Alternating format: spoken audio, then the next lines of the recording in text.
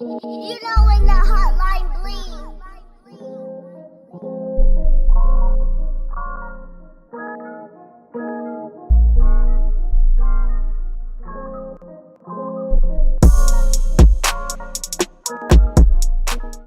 Welcome to Expand or Expire, enhancing our health with expanded perspective. I will be discussing today yoga, the practice of it, and how it relates with experience. I will be discussing what it means to be you and what that's doing. Freedom of expression as a way of self love, how we are lucky to have it. Please leave your comments and questions on the video, and I will be happy to elaborate these important issues. Thank you.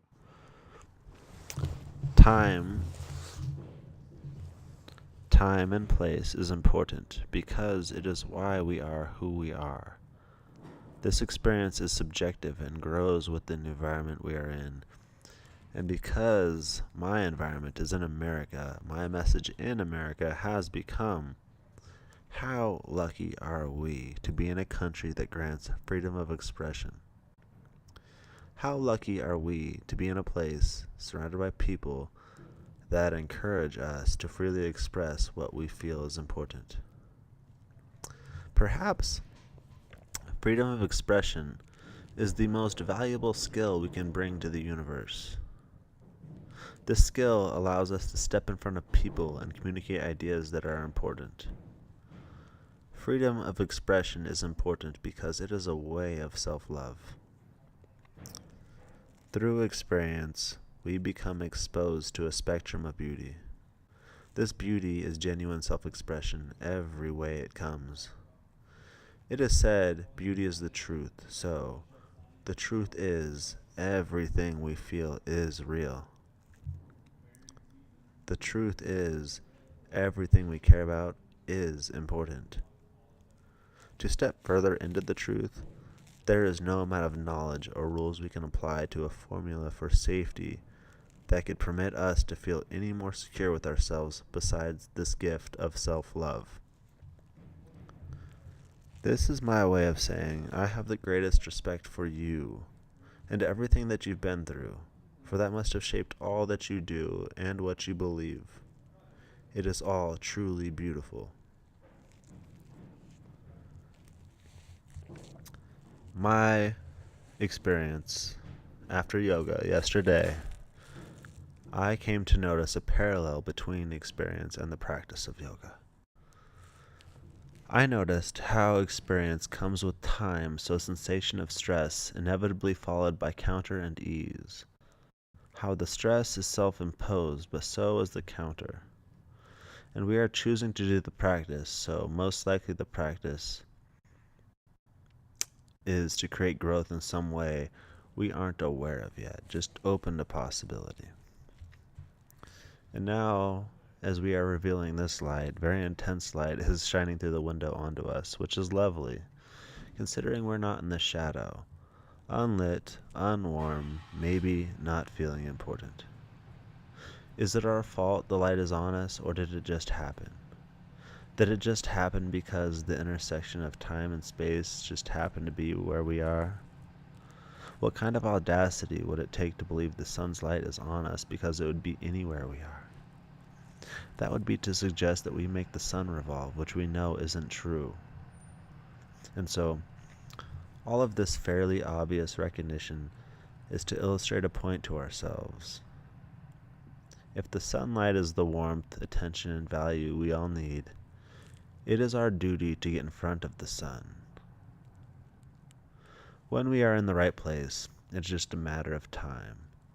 Since the sun touches most corners of the earth, it is really an inevitable process of doing the work to get in that place, then letting the sun come, letting the light shine. Do we have to provide value to receive the sun? No. Does this mean we receive the sun by just existing as ourselves? I think it does. I think that is why it is so important to be yourself as well, so as not to put oneself in a false light or confusing shadow. When we exist as ourselves, we aren't looking to alter who we are with substance or outside tangibles. This patience to receive the Son becomes a matter of diligence and cultivated self-understanding for our capacity to be what we already are. I love it when you are fully you, because you encourage me to be myself. When I recognize the courage someone brings to their way of being, I am encouraged to exist my way as well. And say we aren't sure who we are. Maybe we find value in emulating others. I don't think that is wrong. Possibly, people admire a characteristic quality in another being that they too want to represent. The individual is going to feel whatever amount of sensation that is going to inevitably lead them down their own road of being anyway. Being you is not about a competition, although that is exactly what we see go away. Existing as your full self comes to mean that you stop comparing yourself with people. This contest becomes non-existent because there is nothing that we feel like needing to prove to be good enough just to fit into a box. No, we understand that we are composed with experience, and this is where our mark comes from. Our mark being what we do, what we see, what we wear, and how we do all of that. How we do it. These are layers communicating so much more about ourselves with how we do anything than what we do. This recognition helps to see other as being composed with the same ingredients of different parallels. It's an odd contradiction because to be oneself requires a loss of self. It might feel or come off as a loss of opinion because we come to see a spectrum of beautiful, a spectrum of what is. How could we say what is right or wrong? We surely know what feels good or right for us, but we also might see from a perspective that doesn't see or experience this way. So, what is you? How do you know it? Do we know it? I think we know what is us because we know what we don't want, right? We can probably say what we don't want faster than what we do. Why? Maybe because we are pain bodies, and it becomes our mission to exist pain-free, so as long as we can come up with formulas and rules for it, we will try. We develop recognition of bad and good, so rules to generate more good. What is balance?